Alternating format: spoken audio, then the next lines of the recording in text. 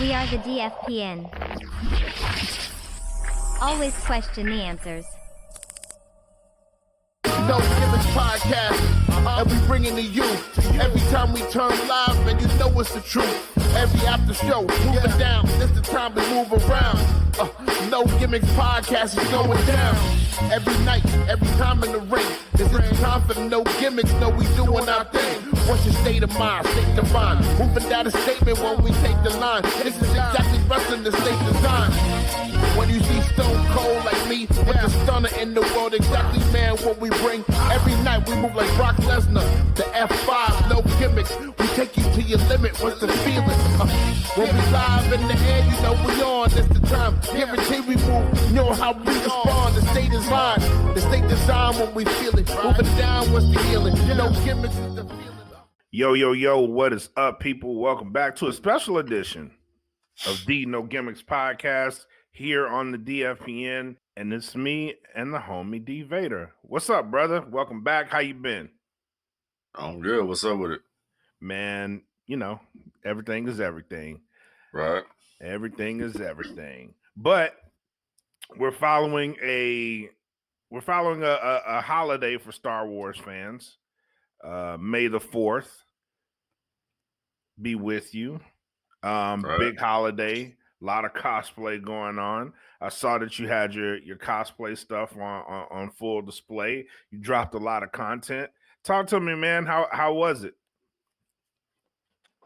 I mean, it was cool, man. It was like I've done several different troops in the last few months as Vader. Like last May the 4th, I was at Heroes and Fantasies out here at San Antonio. And that was actually last year's May the 4th fell on Comic Book Day.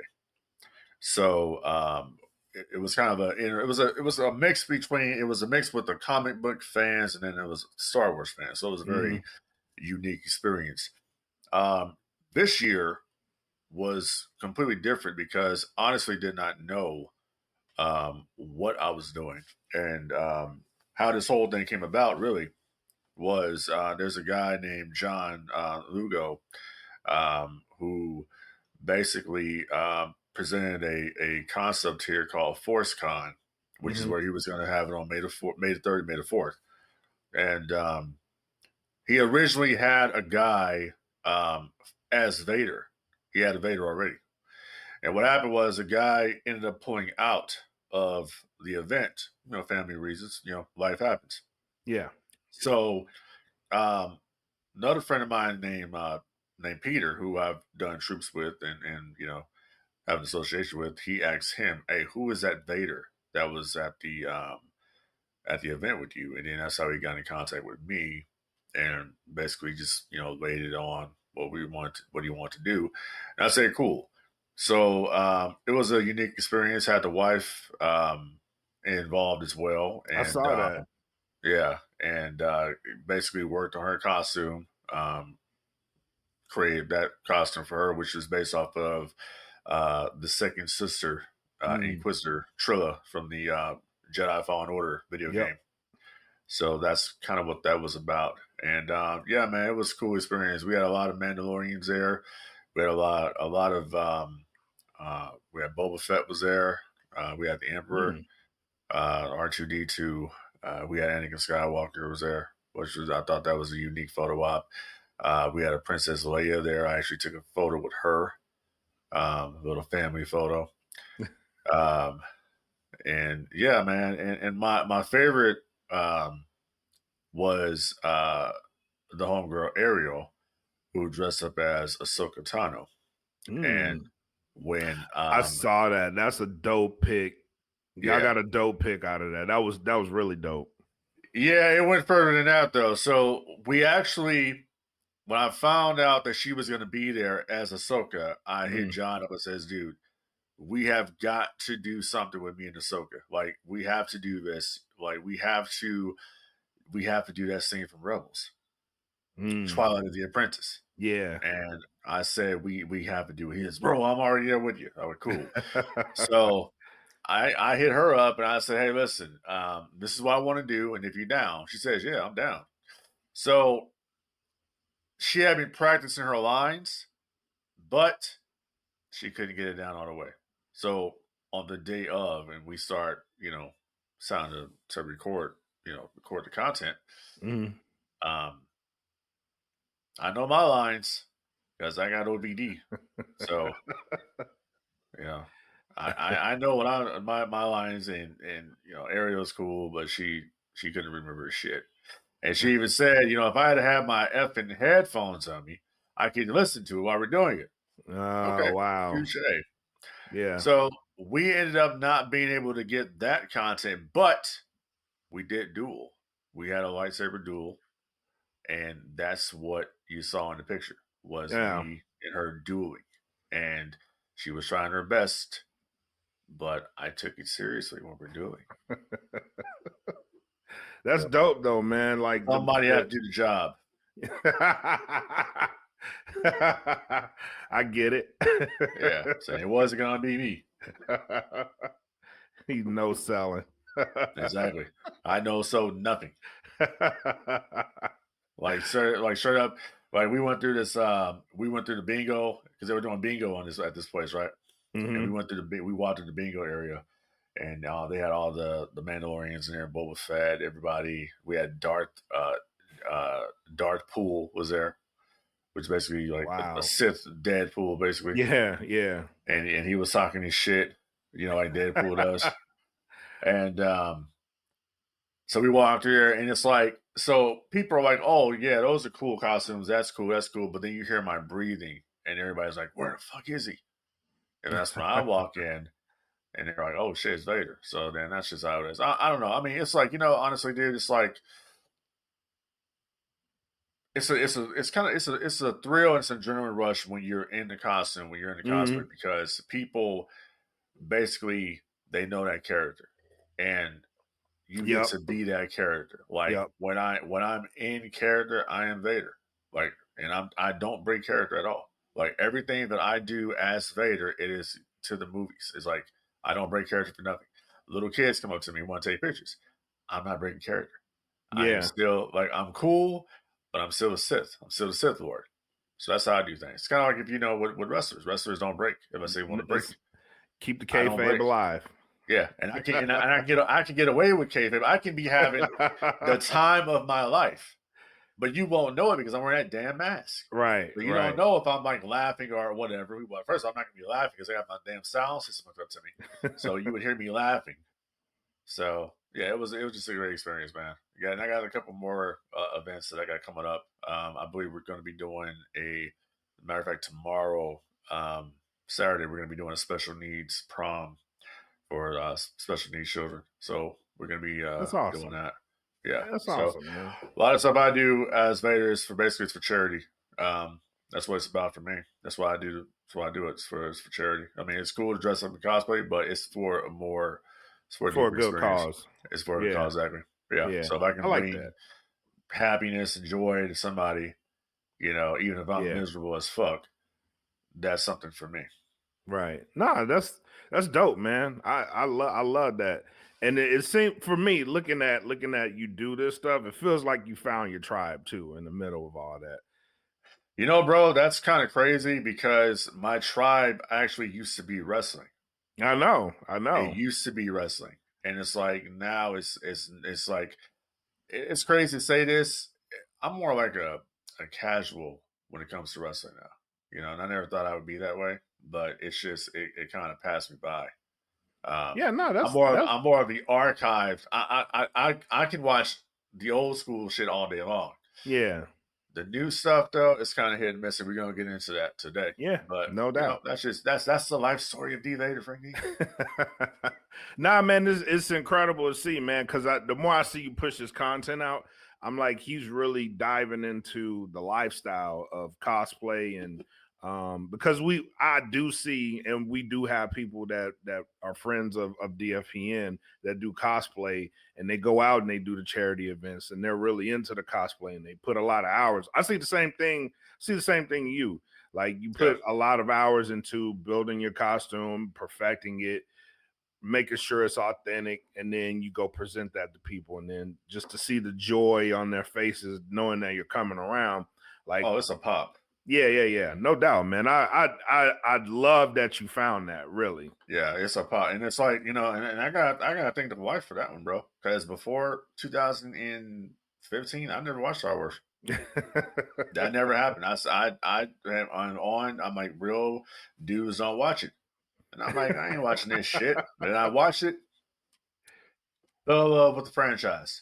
That's just how it goes, man. It's just like, I don't know. It's like with me, and then we're gonna get into what we're gonna talk about. But for me, honestly, it's like Vader is like it's when you're part of this hobby, you're part of this community.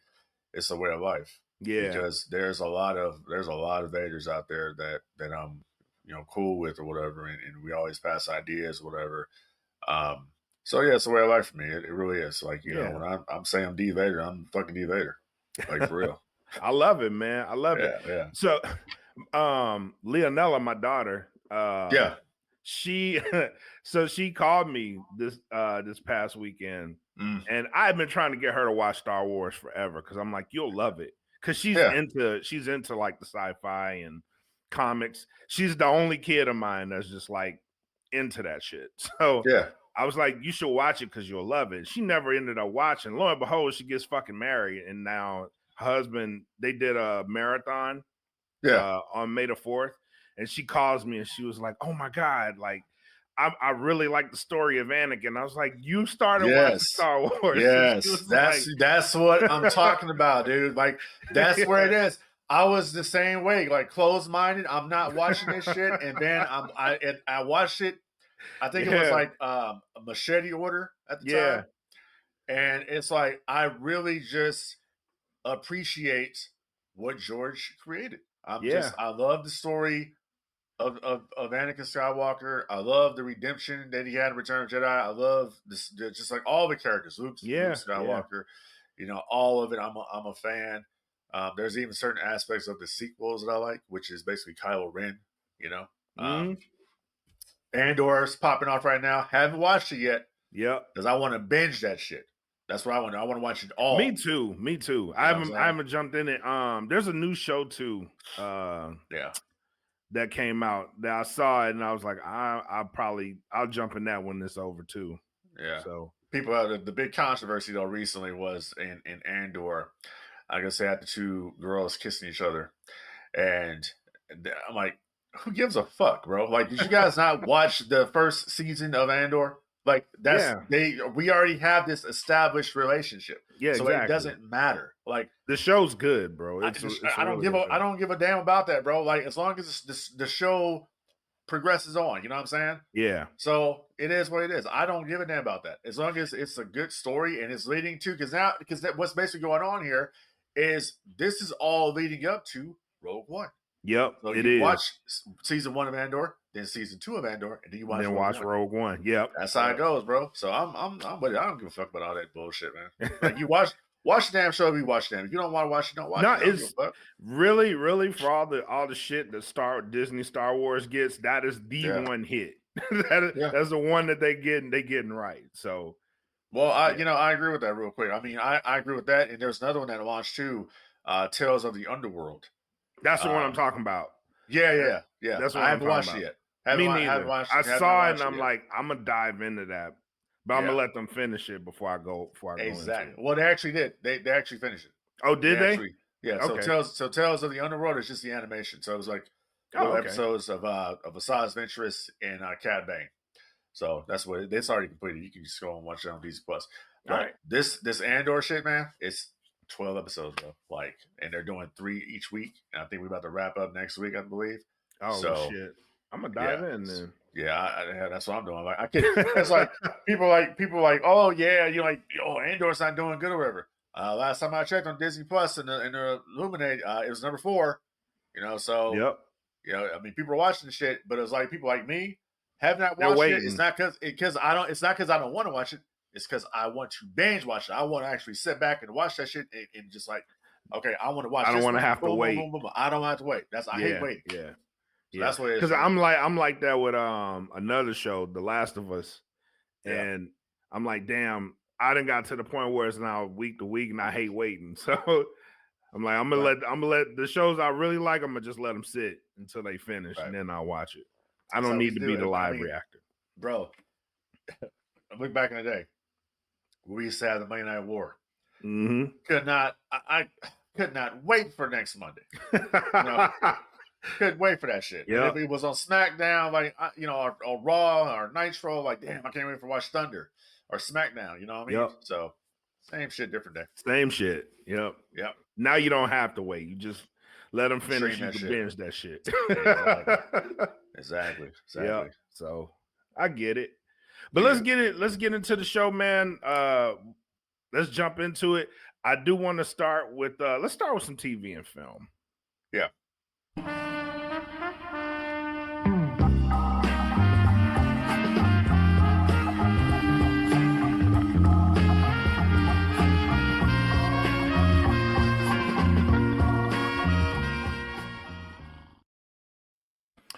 All right. It seems that Disney is starting to look at the Marvel franchise and take it a little more seriously. Proof of this is the Thunderbolts. People weren't really excited about the Thunderbolts, but word has quickly been going around that this is actually a good movie that you can go and see. And Bob Iger on a earnings call came out and said that Marvel is starting to look more into their films and stop producing quantity and start producing quality, which was kind of a weird admission to hear him say that. But just hearing Bob Iger say that, should fans of both all Disney franchises be hopeful that that is the plan for all of their content going forward? Absolutely not. There it is. No, because Iger is just repeating the same shit he said last year. Said the same thing. He said that we were going to see less content on Disney Plus and more when it comes to as far as the films go. So I just think that him saying, and the earnings call was the other day, and I listened to it. Yeah. I just think that him saying that, it kind of, if you want to think about it like this, him saying that, it kind of shit on Captain America, Brave New World, because he basically said that this is where Marvel needs to be. Yeah. And I'm like, well, damn, bro. I mean, we knew it flopped, but you ain't got to tell us it flopped. You know what I'm saying? I mean, it flopped. I mean, it's all secret about it, bro. Like the budget, people look. There's the whole deadline spin out there that the damn movie, it costs $108 million to produce that movie. That is complete bullshit. That movie budget swelled over $300 million, and that's including marketing. That's why that movie will never break even. Its theatrical run is done. You know what I mean? I think it topped out at what, $412 or $415 million is where it topped out at. Yeah. So it was a failure. It was a flop. And that's unfortunate, for Anthony Mackie. It is what it is. But for the CEO of the Walt Disney Company to come out and say, this is where we need to be. This is like, okay, well, you basically just said, fuck Captain America. And anything that came before Captain America. You're saying this is what it needs to be. Now, is this going to translate into them making money with this movie? Don't know yet. It's too early to tell. Word of mouth gets around. Word of mouth is good. Mm-hmm. Word of mouth helped Halloween back in the day when it came out. Mm-hmm. I think word of mouth also helped Star Wars because George Lucas thought for sure that was going to bomb. He was going to be ran out of the movie industry. That's what he thought. He said, this is horrible. Like, people will never watch this. And look where we are today, right? Yep. So I think with the Thunderbolts, I just think, honestly, it's just so much has been done to the Marvel Cinematic Universe, has been done to Marvel, period, as relations to phases 4 and 5 and all the failures that came from that. And I think that they want to have a reboot here with this particular movie. The next one after this, I believe, is going to be the Fantastic Four. Okay. Yeah. And a lot of people are not too happy about Silver Surfer. So they're saying Pedro Pascal is not the right guy to play Reed Richards. So I don't know, dude. Historically, though, Fantastic Four has always been a shitty movie. Yeah. Historically. Yeah. So my thing about them pushing towards Fantastic Four is the bar isn't really high as far as Fantastic Four goes.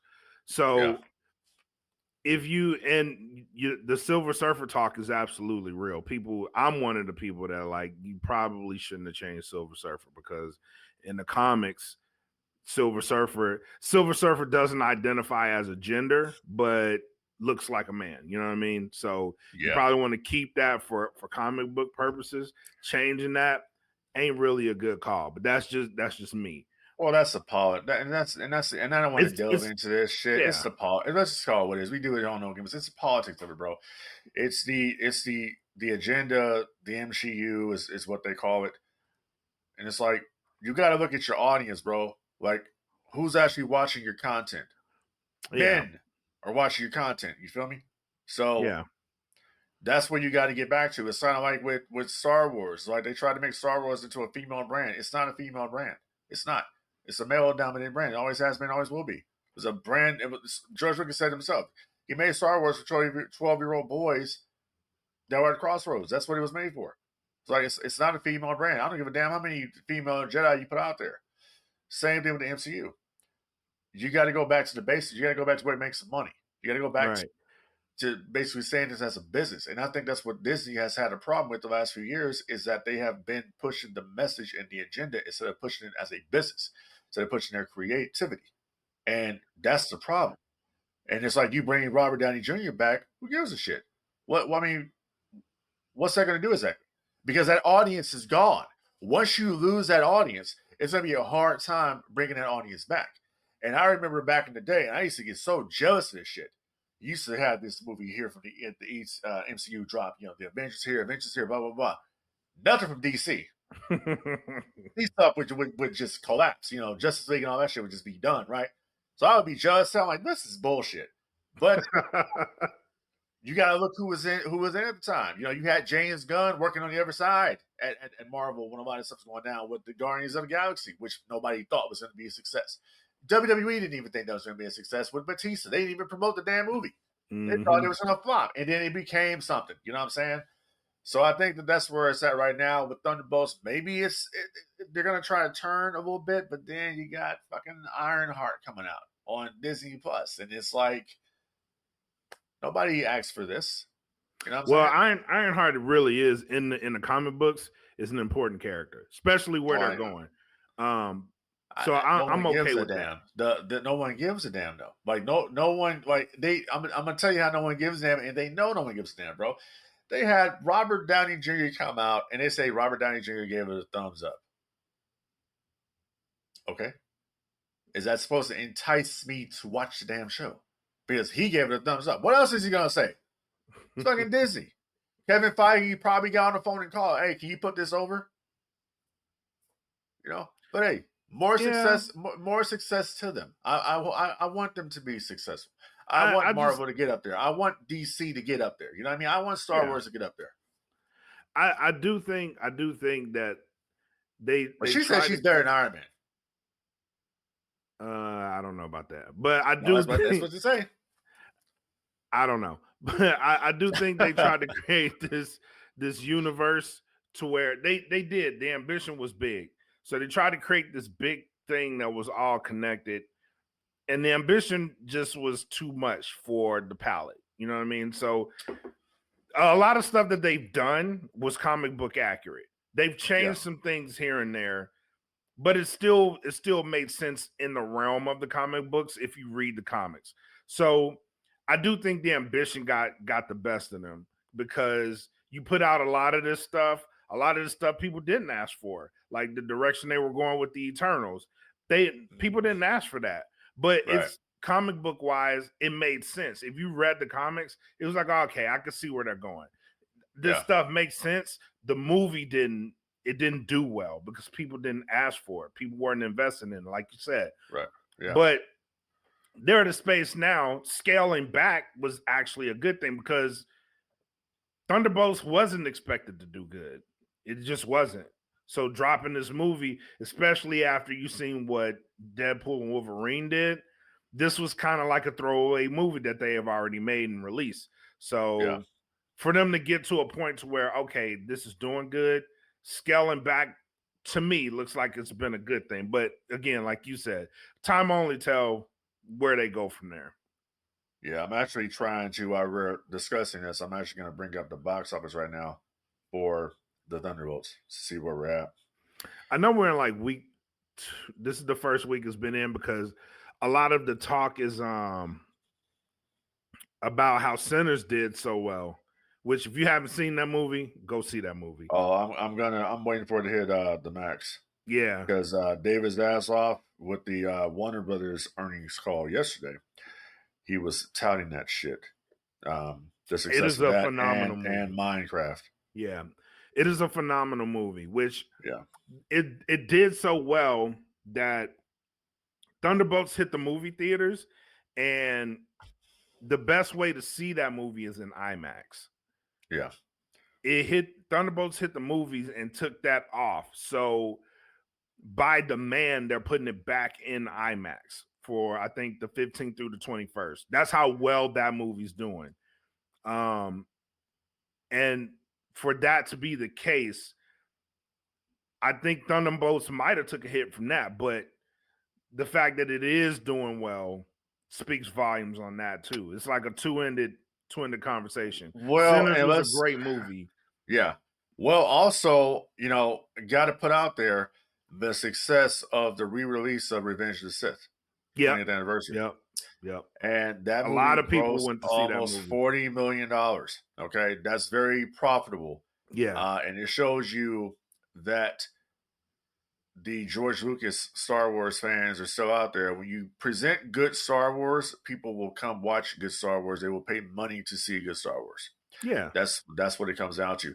I just kind of find it funny because a lot of the complaints that I read online, I tend to agree, was how they pulled the movie the day before the Thunderbolts came out, and it's kind of obvious why they did that. They don't What, want you to talking about Sinners or no Thunderbolts and Revenge of the Sith. So they pulled Revenge of the Sith the day before the Thunderbolts came out, and it's kind of obvious why they did that. They don't want two competing properties because Revenge of the Sith was taking a lot of that market share. And people didn't think that was going to happen.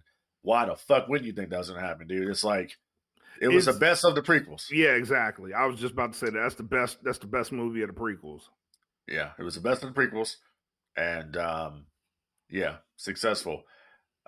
So yeah, man. So like I said, when people say Star Wars is dead, let me tell you something. Star Wars is very much alive, especially in the cosplay world. It's very much alive. You have so many people out there that and the same thing with Marvel, DC. There's a lot of people out there, fans that are coming up with this content now. They're creating this content that are taking it to another level, and that's what you're seeing right now. Yeah. And it's time for Disney to fucking catch up with this shit. Disney owns these massive IPs. Disney is if people keep understanding something. Disney is a theme park company that just happens to own some IPs that, and they produce some movies and shit. But it's a theme park movie. They get majority of their income, the return on investment is coming from the theme park. That's their bread and butter, Yeah. So when you have a movie come out with the Thunderbolts, okay, that's good. But Bob Iger wants to get that shit back on track, the MCU back on track. Weed out the mistakes of what happened. And the bottom line is this, bro. Take the politics out of shit. Keep politics out. Make good stories. People will come watch the shit. Absolutely. Deadpool Wolverine is one. Revenge of the Sith. That was made in 2005. Okay? Re-release. People came and watched it. Made Disney $40 million for that damn movie. Yep. So you put content out there, people will watch. They'll come and pay for it. And that's just how it goes, bro. You put shit out there like, I don't know, WrestleMania, and you pay, I don't know, $25,000 for a ticket, and you think The Rock's going to show up, and he don't show up, and he's like, oh, I was at home watching it. Man. I don't know about that. Then it goes on Pat McAfee on Tuesday after WrestleMania. Yeah, because they said, can you go up here and kind of put the fire off this shit? Because this is like one of the worst WrestleManias of all time. Sure, I'll go out there and do it. By Bro, the way, how come the WrestleMania from fucking Vegas has to be the shitty one? It's like WrestleMania 9. That's what I was gonna say. This is the second WrestleMania in Vegas that didn't do well. So you probably don't want to go to Vegas anymore. It's weird. It doesn't end well. Yeah, weird. Doesn't end well. So let's not go there anymore. Right. And they're so the ones that really do well are in New Orleans. So they're going to New Orleans next year. Yeah. Same old markets. Yep. Same old markets. But that's it for the TV and film, man. It was just an interesting thing that I saw with Bob. Yeah. I wanted to talk about, but good conversation. Bob never has anything really to say. He really doesn't. David Zaslav, so I listened to him.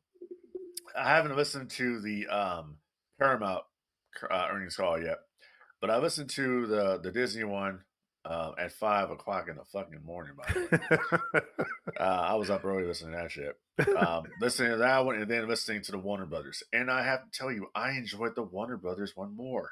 Mm-hmm. Because David Zaslav is like the fucking man. The guy loves to talk about the shit. Bob Iger is reading these damn prepared statements or AI generator, what the fuck he's doing. They're just very boring. Earnings calls aren't really that entertaining. Like you learn, they're not entertaining. You learn. Yeah, they're not entertaining at all. They're not entertaining. But Disney is the most boring one. Yeah, I know. I mean, at least put Peter Pan on there or somebody. Yeah.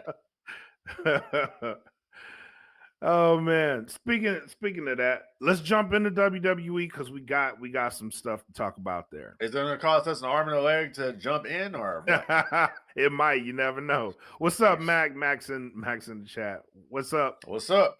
But let's jump into WWE. Yep.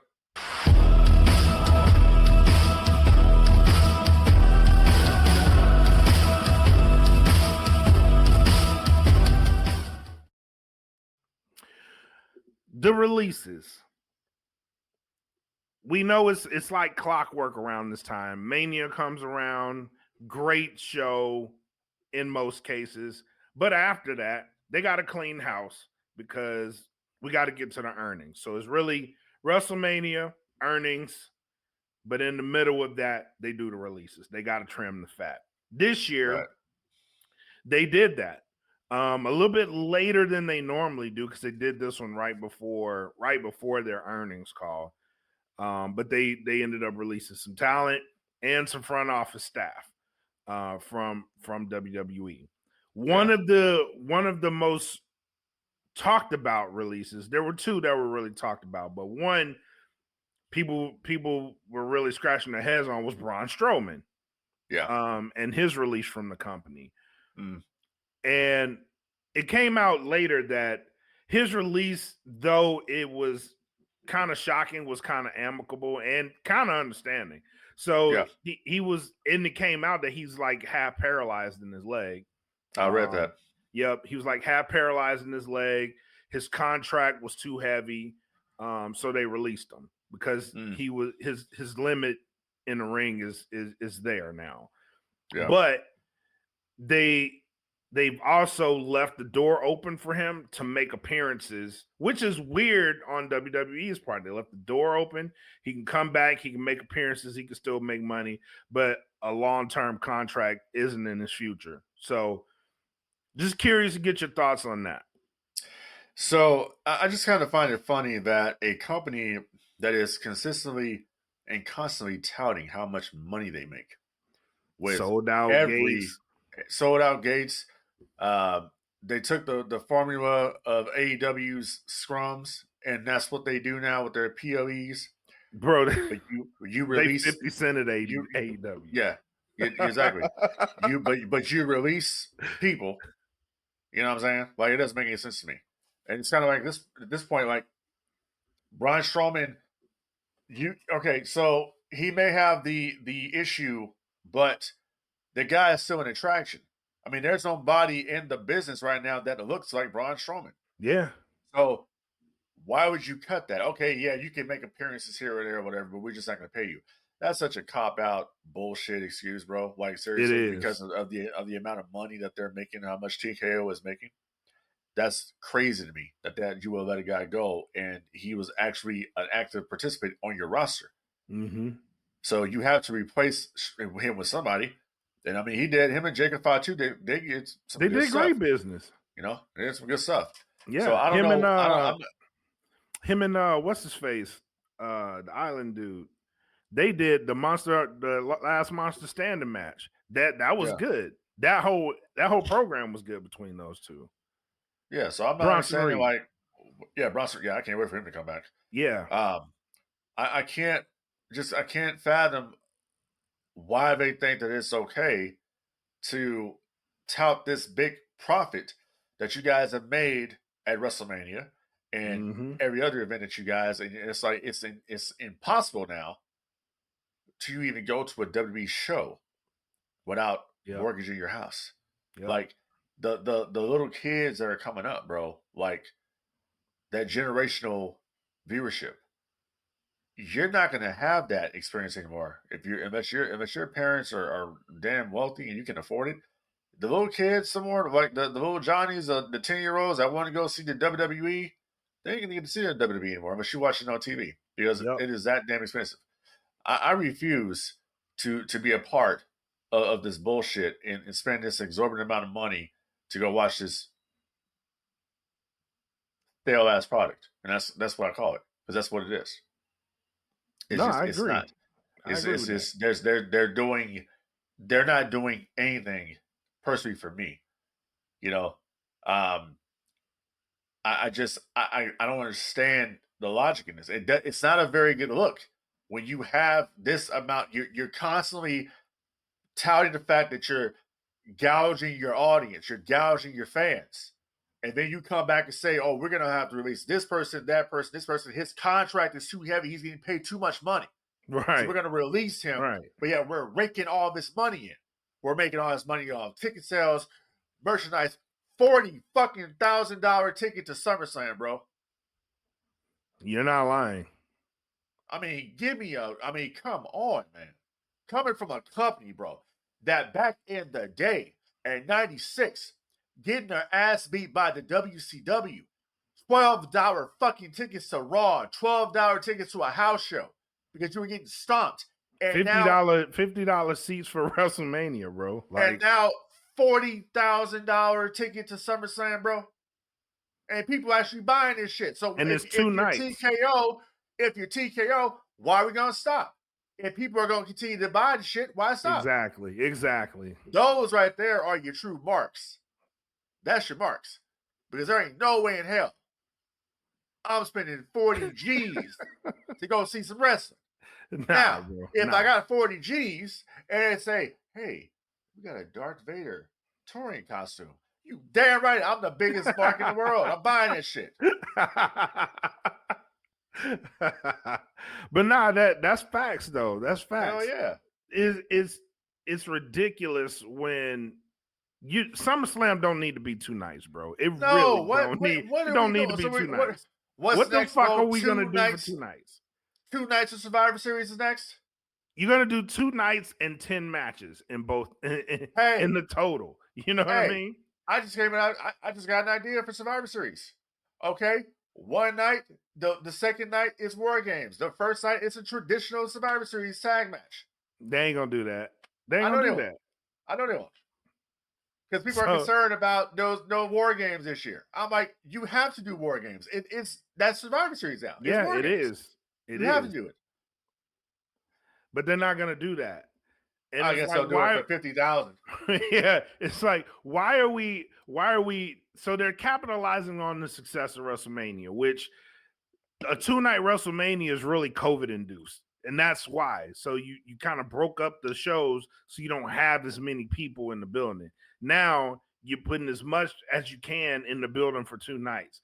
But for WrestleMania, that kind of makes sense because it's a big spectacle. It's supposed to be a spectacle. So if you're going to do 2 nights, do 2 nights of great matches. You know what I mean? And we didn't even get that this year. So that totally throws my shit off for SummerSlam. Like, why the fuck do I want to go to 2 nights of SummerSlam? I'm gonna tell you right now, I would not be surprised if they pull 2 nights of Survivor Series and 2 nights of the Royal Rumble. That's the plan. That's the plan. Yeah. I would not be surprised. Why?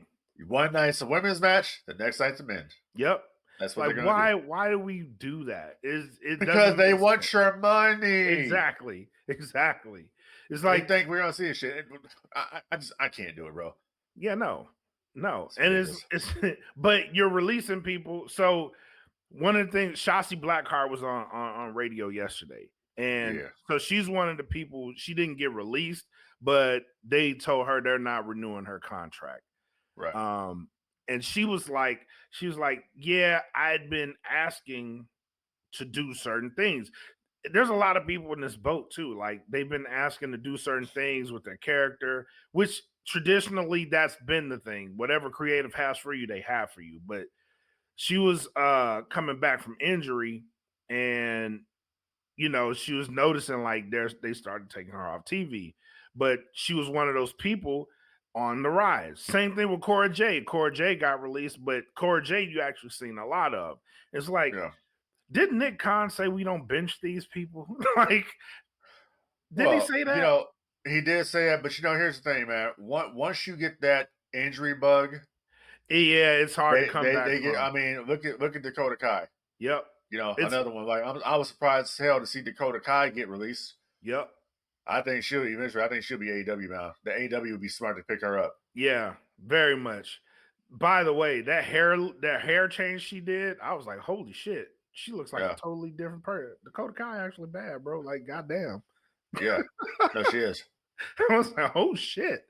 Yeah. Didn't know that was under there.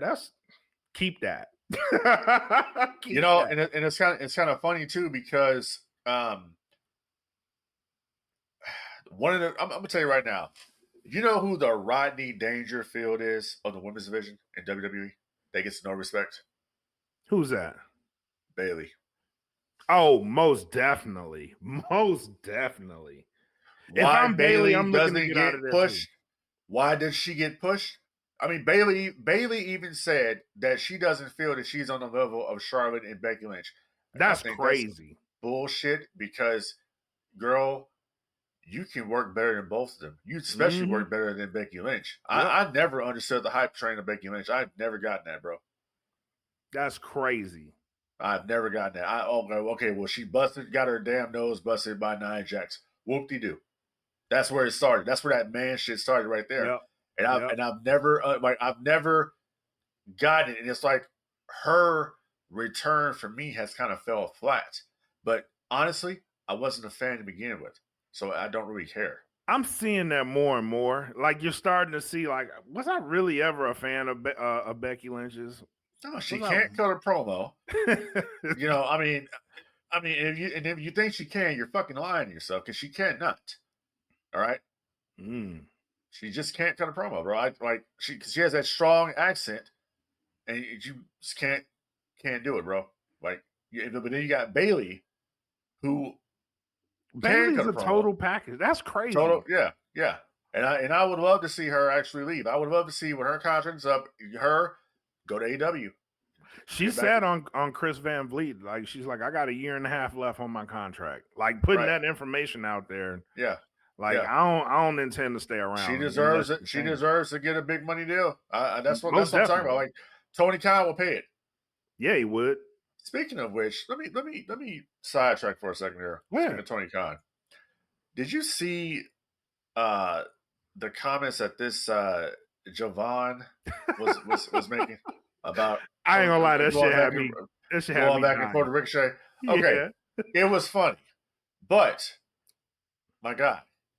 I know where you're going. Don't burn that bridge. I know where you're going. Because like you think that you're in with these people, that you can run and talk that ish. Yep. Bro, I said the same thing. You don't do that, because that guy you called a crackhead, that guy can employ you one day. That guy can employ you. And if I'm Tony Khan and I'm looking, because Tony Khan takes it personal, I would too. I wouldn't bring your ass in when they release you. Because eventually they're gonna release you. Yep. It happens. I said the same shit. I was like, bro, hey man, you can't be fumbling the bag trying to entertain the app, bro. Like, don't do that shit. But hey, crash out. And if I'm him, I would probably, it's a public record now. I would say delete that shit. But I would not do that. That is the stupidest thing I've seen. It's like you played into Ricochet's hand. Yeah. Because he got you on the record saying this shit. Mm-hmm. So you go back, it's like he'll show this to Tony Khan, you're blackballed, bro. But you can't come to AEW. Yeah, that's wild. I was like, you don't do that. I was like, bro, you and went where too else far. are you? Where else are you gonna work that you can make some money like that? It ain't TNA. Right. New Japan's not popular like it used to be. You could actually put your WWE shit in jeopardy by doing that. Like, bro, like chill. Chill. Right. You ain't gotta go keep it civil. You know what I mean? I understand the back and forth, keep it civil, because it's happened before. Say what you say your piece, get the fuck off. You say your shit, bro. but don't you say your shit, but it's like don't bring in. It's like it's like back in the day, if you running your mouth and talking shit about Eric Bischoff, and you like, I'm a McMahon WWF loyalist, and then you ask his release, Mr. Bischoff, can I get a job? Nah, fuck you, bro. Get out of here. If Bischoff wants to be a dick, I'll hire you, no problem, and bury the fuck out of you. Hire you, then bury the fuck out of you. Yep. That's what I would do. That's exactly how I would be, because I'm petty. Bro, I ain't gonna lie though. I was like, bro, he went full sin. I don't know what this is about. It was entertaining as hell. It was. He talked about he called Tony Khan a crackhead. I was like you don't do that, bro. Wild. You don't do that. That's wild. You don't do that. Like that's career suicide. That ain't even from a burner account. That's from your real shit. Like, bro, you wildin'. You wildin' out. I was like, that's funny, but hey, man, don't fumble the bag like that. You gonna fuck your shit up trying to entertain that, bro. That it's funny, but it ain't gonna be funny in like 5 years. I wouldn't have done it, bro. Yeah, when you get released, it ain't gonna be funny, bro. It's gonna hit different. I ain't trying to put no bad luck out there on him, brother, and try to put no bad, karma out there in the universe. But bro, we know the way this company works. Yep. That's how it is. Yep. Just because you up there thinking you ain't right now, they'll get rid of your ass like that. Yeah. Yeah. And that's what I said. Like you could put your WWE shit in jeopardy like that. Yeah. Because if you could talk about the competition like that. What you say about these dudes? Yeah, exactly. Yeah. So hey, crash out though. I'm here for it. Yeah, do your thing. And what's I'm gonna talk about?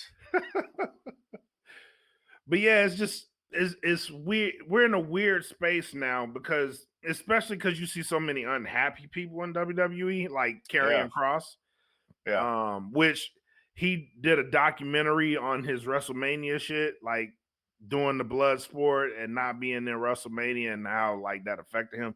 That shit was really good. But people like him are going out of their way to produce their own shit. Shotzi did it, and then she got released, but where they're not renewing her contract. But you're starting to see more of this, and it's like me and Matt Andrews talked about this last night. It's like the industry isn't what it used to be in terms of WWE was really the only show in town. It was the biggest show in town. It still is. But if you get released from WWE, you can land a little bit softer than you would back in the day. Oh, yeah, no doubt. They're not. They are no longer the end all be all, right? Anymore. You can. There is a life outside of WWE, right? And that life is the obviously AW. That's where if you're in this business, that's where you're gonna make the most money. Yep. You know what I'm saying? And even if your dream is to be in WWE, like you seeing it in cases like Ricochet. Ricochet left WWE and is doing some of his best work in AEW right now. Yep. So you're seeing cases like that to where you can get released, go build yourself back up, and I guarantee you Ricochet we'll probably see him back in WWE after some time. Based off the work that he's doing. But you're starting to see more cases like that. You don't think so? I do. No, I don't think so. No, I kind of think with Ricochet is like, why would you? Oh, that too. Yeah, why would you? Because like you kind of already been there. You already see what it is. Do I want to continue doing what I'm doing over here, having fun, coming to work, having a little bit more creativity, a little bit more freedom? Or do I want to go over there and be like, okay, you already know your spot, lower mid card, where I fit in. Main event, speed or some shit. Not really doing Raw, not really doing SmackDown. maybe a PLE here and there, but the PLEs only have 5 matches now. Yep. So where am I going to fit in? Or can I just stay over here in AW and I'm going to have fun? I can go out there and do shit with the Young Bucks, and I can be heel and all this. He's doing the best work of his career. Yeah, no and shit. one of the big things was Will Ospreay was bringing him over there. Yeah, that was one of the things. I can't wait to see when Samantha Irwin finally shows up. That's gonna be some good shit. I ain't gonna lie. Yeah, I ain't gonna lie. But you right about that. There's no, and you may encounter more cases like that. Like, I don't need to go to WWE anymore. Like, I've been there. I know where I fit in there. That it just ain't my speed. You can start seeing look at Josh Alexander. But the fact that you're actually seeing people in WWE, like Bailey went on Chris Van Vliet and was like, by the time this comes out, you would find out, like, I'm not on WrestleMania. Am I happy about it? No. Like, people are being more vocal about opportunities. So we're in a weird space with that too. Well, here's the thing, bro. And I've said this on this podcast many, many times. They already know that the person at the end of the day that has the final say in all of this shit, it's going to be Ari Emanuel. It's going to be TKO. It's not Triple H. Yep. It's going to be Ari, and it's going to be The Rock. That's who. Like when The Rock says he'll generally be the final boss. Final boss. Legit. That's a shoot. Yep. You know what I'm saying? So they kind of know. They kind of know where it's at. The writing's kind of on the wall with some of this shit. And I just look at the guys they have there right now at WWE. And just like, some of these people, like the Drew McIntyres, they're getting these opportunities in Hollywood. Liv Morgan, opportunity in Hollywood to branch out of WWE. You look at like the best, in my opinion, the best damn wrestler, best athlete on that roster. Fucking Braun fucking Breaker. Oh yeah. My God. Yeah. I mean, that match he had with Sami Zayn, Jesus. This dude, that guy he's the next big thing. I'm telling you, he's the next one. Like, no, he is. He's the next one. Definitely like this dude here, for the small amount of time he's been in the business, to be as good as he is, he's gonna surpass his father and uncle. Like, that's what's gonna happen. Yep. You know what I mean? This dude is a future world champion. That's what this is like. I honestly wish he wasn't a lackey in a stable with Seth Rollins, which to me is kind of for me. Fumbling. I think eventually that shit gonna fall apart. Well, it's going to. But here's the problem with the stable. The problem with the stable is that the more shit that Seth Rollins does to be a heel, the more they diminish it. Yeah, he's not. Diminishes. They don't want to hate Seth Rollins anymore. That's the problem. Yeah, and he's not. He's doing the same shit. He's not changed anything about. They don't want to hate Braun either. No, they don't. The only person they hate is Heyman. Yep. Those are the ones. And Heyman, and this is the problem. This is the big problem, bro. And they're gonna have a situation here, kind of like what the problem Rick Rude had back in the day with Bobby the Brain Heenan. He's taking his heat. Paul Heyman is taking all the heat away from Seth Rollins. He's taking all the heat from Braun Breaker. So that's the deal. And I saw it plain as day. I didn't watch our Raw. I just watched that segment with Jey Uso and Paul Heyman, which that made logical sense. They have history. They have history. Right. Okay. And Seth Rollins. Now, one thing that I didn't like about this was all of a sudden now Seth Rollins wants to challenge Jey Uso like they have an issue, but you were just putting Jey Uso over a couple months ago leading into Survivor Series. So that's a continuity situation because you shouldn't have any problem. You already said you didn't have an issue with him. But what you're doing is for the greater good or whatever it is. You know what I mean? So I'm like, okay, so what's going to happen? You're going to bring Bronson Reed back, and he's all of a sudden going to be the third member with Seth Rollins, but he's destroy him. So, I mean, make it make sense. Yeah, no, I'm with you there, man. I'm with you there. A lot of this shit has to make sense. Got Backlash coming up tomorrow. Yeah. So we'll get some answers, hopefully. But yeah, they're in the space now. Like, you're making all this money, bro. Give us some quality shit, please. Don't give us these 5-match fucking PLEs. Well, he's comfortable with this 5-match PLE. He's very comfortable with it. Get uncomfortable. Shit. Well, that's his saying, bro. Like, he don't book like Vince. No, That's the thing. You have one guy that knows what the hell he was doing that actually promoted WrestleMania like a big super show. And yeah, this one here that's just like, well, whatever. It's crazy to me. It's crazy to me that Vince was making way more sense when people thought he was out of touch. Because now you see the back end of this shit, and it's like, bro, Vince what the fuck is he doing? And Vince didn't say shit. Vince let you assume whatever you wanted to. Vince was never out of touch. That's the thing. He was never out of touch. Vince was just lazy because he no longer had the competition of WCW anymore, and that's what he got complacent with the shit. It just became even in that sense, it was just like. It was just like, all right, we'll release these guys and let them pick them up. That was a smart fucking move. The smartest thing that Vince did is the thing that no one really gives him credit for. And that's actually getting on a plane and going to see Cody Rhodes. That was the smartest fucking move because it took AEW's biggest asset. Right. And he knew this. Yep. It damaged AEW for him to get on a plane and go see Cody Rhodes. In hindsight, looking at it, that was the biggest thing anybody could have done. Because me, as the owner of the WWE, going to see Cody Rhodes, who I know is with the competition, I know I've assessed this company. I know that's the biggest asset there. He means the most to that company right now. I'm taking him. And I'm going to make him a star over here.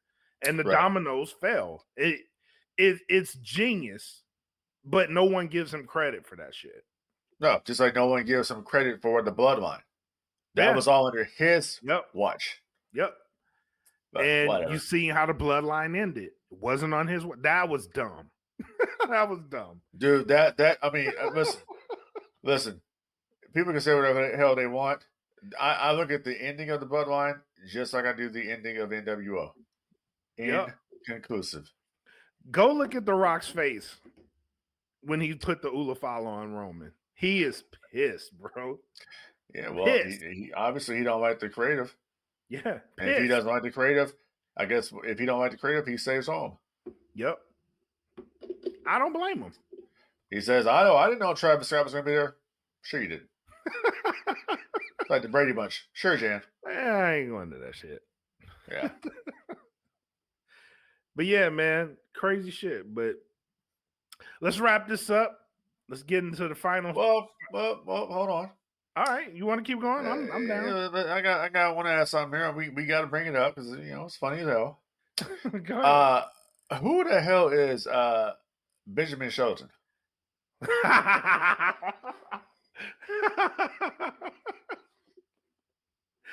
Oh, speaking of that, because I don't know where this falls, but what about him and Bischoff and they're making their own wrestling promotion now?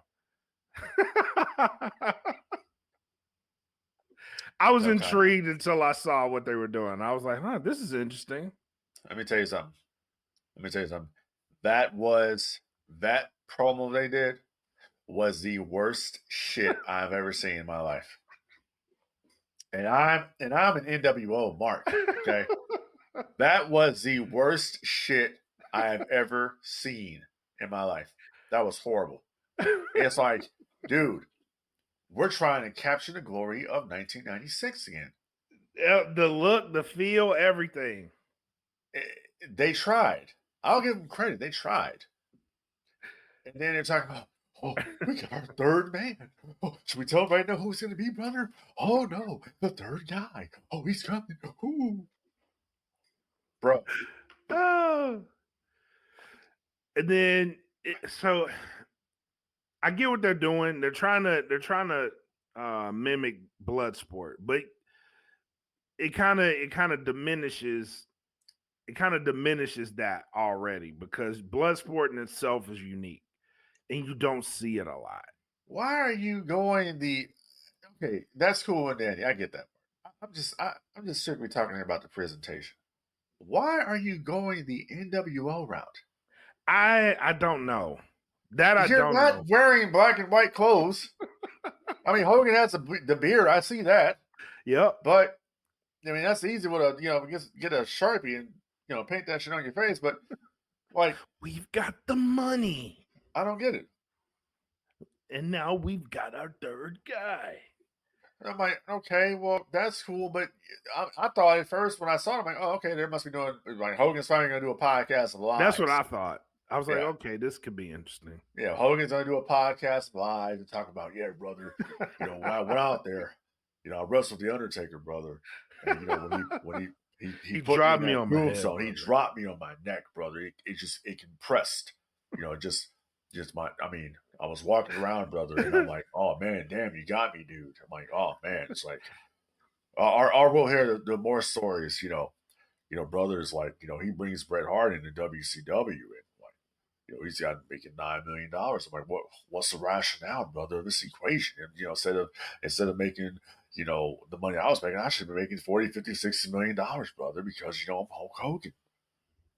Or you hear about, I don't know, brother. I don't know why Macho Man was mad at me. I don't get it. I don't understand, brother. But when I fought Andre the Giant, God rest his soul, brother, 1,500 pounds. Yeah, when I picked him up, brother, I tore every muscle in my back, just ripped, and I'm like, brother. Oh, brother. When Bash the Beach came around, it was my idea to be the third guy. I was watching. I was like, that I got to be a part of that. You know what I'm saying, brother? Disregard the entire thing of me kicking Bischoff out of my house, brother, when he initially came to me about a heel turn. No, it was my idea to do that. I said, Hall and Nash, brother, I'm going to get on this train with you, and we're gonna make money. And I'm like, when I walked Money out was there, made. brother, I was like, I can't believe that. Oh my God, are you going to ride? Oh my God, are you going to throw a bunch of stuff in the ring? Oh my God, oh my God, oh my God. That's what you would hear. Yep. Just like, brother, when Brock Lesnar came on the UFC, dude, I was the first one to get him, man, when he came on the UFC. And then down in Minnesota, brother, Benjamin Shelton down there, dude, like, he's a shooter, man. I'm a big fan of his, brother. I'm a big fan of him. Can't even say the man's name right. Yeah, I'm a big fan of his. And back in WCW, brother, I was a big fan of that Ray Seavey too. Like him and T Booker. Oh yeah, brother. They told me they were gonna come get me. Right. Made me an instant fan. Yeah, exactly, brother. Like I was like, yeah, I was like, whoa, man. Like, yeah, dude. Oh yeah. Yeah. Yeah, well, watch out. Hard pass. Watch out. This Saturday, brother, I'm going to be at Backlash. Hard pass. Yeah, I'm going to be at Backlash, brother. It's going to be me one more time. I'm going to be the WWE champion, brother. So watch out, John Cena. What you going to do? Hard pass, bro. Hard pass. On another note, speaking of that, controversial people. So I actually had the opportunity to meet Tessa Blanchard. Okay. I'm going to say something. I haven't told the story yet. Yeah. I met Tessa Blanchard in Vegas. Okay. Shout out to Amanda Rivas from Pop Break. She introduced me to her. And I was reserved. I was like, I don't know if I really want to meet. I don't know if I want to meet her. You know what I mean? Right. It's like I've heard the stories. Don't know if I really want to meet Tessa Blanchard. Met her, bro. She could not have been one of the nicest people I've ever met. Yeah. Yeah, Hulk Hogan's nice too. Nah, genuinely. She was nice as shit. I was like, wow. I was blown away, like, very inviting. We had a great conversation. I told her about some stuff that I had planned on doing. I was actually supposed to interview her, but for Genesis. So when I interviewed the Hardys, I was supposed to interview her too. But the media guy over at TNA kind of screwed shit up. And that was at the time that they announced the WWE partnership too. So I didn't get a chance to interview her. So we had to end up talking about that. And like the common ground, like we talked for a while. And I was like, dude, she's nice as shit. Like so really genuinely nice as shit. So are you trying to say that you kind of now don't think that it was the case and maybe it was sabotage? I'm just gonna say my experience with her is not what online is is given. And that very well could be the case. It very well could be the case of her having haters that wanted to stop her momentum because they stopped her momentum dead in its tracks. Dead ass. See, Yep. There was no second chance for her for a while. Yeah. This fucker here, Hogan, has had chance after chance after chance. His fucking beer is on the logo of the mat. Yep. Or his beer logo was on the mat for Raw. I'm gonna compare that with Tessa. Tessa actually leans into the shit. Like she accepts it. Like whatever the crowd is gonna chant, they're gonna chant, right? Compare that to Hogan. It's like two different worlds. Hogan is delusional as fuck, bro. Hogan actually believes that he gets the reaction he gets, and this is where I'm like, dude, I don't know, you need to go see a psychologist, like, but he's actually out there saying that he believes that the hatred that he gets is because he was a heel in WCW. That's what it's about. No, bro, it's not. That ain't what it's about, dude. No, it's about your bullshit. And as Shelton Benjamin said it, you lost me forever with your don't get caught. Yep. Quote unquote apology speech. Remember I mentioned that on this podcast? I talked about that shit? Okay. Glad Shelton Benjamin brought it up. That's what it comes down to, bro. You have never taken responsibility for your actions, and until you do, you're tarnished. Yep. And he's like, you keep living in this delusional world. It's to the point where, listen, I'm cool with watching Hogan, archived Hogan footage from back in the day, WCW and all that shit. I don't want to see Hogan. I don't. I'm the same way. I'm the same way. That's how I'm at this point. I don't want to see Hogan because you're a fucking liar, bro. And like you were supposed to be the biggest baby face of all time, and you're a habitual liar. Publicly dodging accountability is exactly not a good look, bro. Like, come on, bro. And it's like I understand. Like, I don't even know how. Like Bischoff, why would you even want to associate with this guy? I mean, I know that's your homie. It didn't look good on Bischoff either. So I was like, but that's it. That's his homeboy. You know what I mean? Yeah. I guess. I get it. You ride with your friends. You ride or die. Yeah. They've been cool since '94. Yep. You ride or die. So on that note, can't be too mad. I wasn't too mad at Bischoff popping up because I'm like, I like Eric. I like Eric. They've done business. You know what I mean? So that I like Bischoff. I ain't got no problem with Eric. I like Eric. Yep. But I was just thinking about that when you brought that up. I was like, I haven't told the story about Tessa Blanchard. Like meeting her changed my perspective on Tessa Blanchard. Yeah. And it was because like we had such a good conversation. I was just like, it felt like I've actually felt guilty in the moment. I was like, damn, bro, like I came into this shit with like a preconceived notion of who she is. Right. And like meeting her just changed my whole perspective. I was like, God damn, like maybe if she was that person, that's not who she is now. So I felt like I had to put that shit out there. But well, good. I'm glad you were able to put it here. Yeah. So interesting shit. Very interesting shit. But you ready to wrap this shit up, man? Oh yeah. All right, let's get to the final shots and thoughts. Yeah.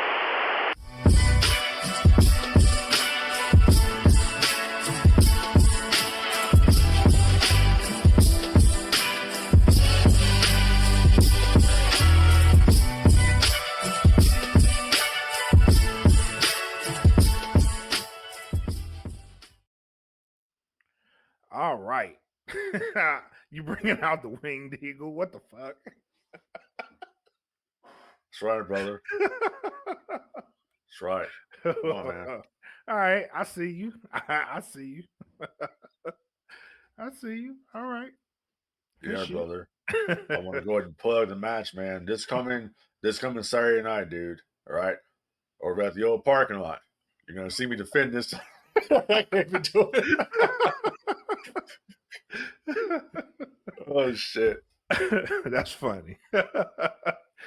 Oh man. But I want to shout out the DFPN, shout out to the shows, man. Everybody's been doing some great work lately.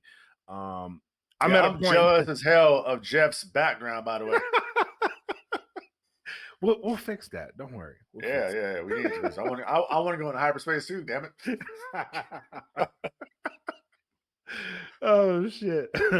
But yeah, shout out. We're at a point now to where I'm like, I can't shout out show by show, so shout out to the network, because every time I try to do show by show, I leave somebody out and I be feeling guilty about that. You'd be like Triple H leaving The Rock out.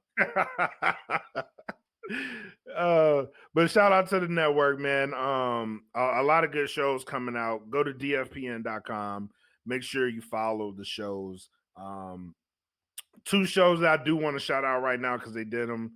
It's Eat the Cake Anime and Cutting Edge Heroes. They both did phenomenal shows this week. So make sure you tap into those, as well as USDN.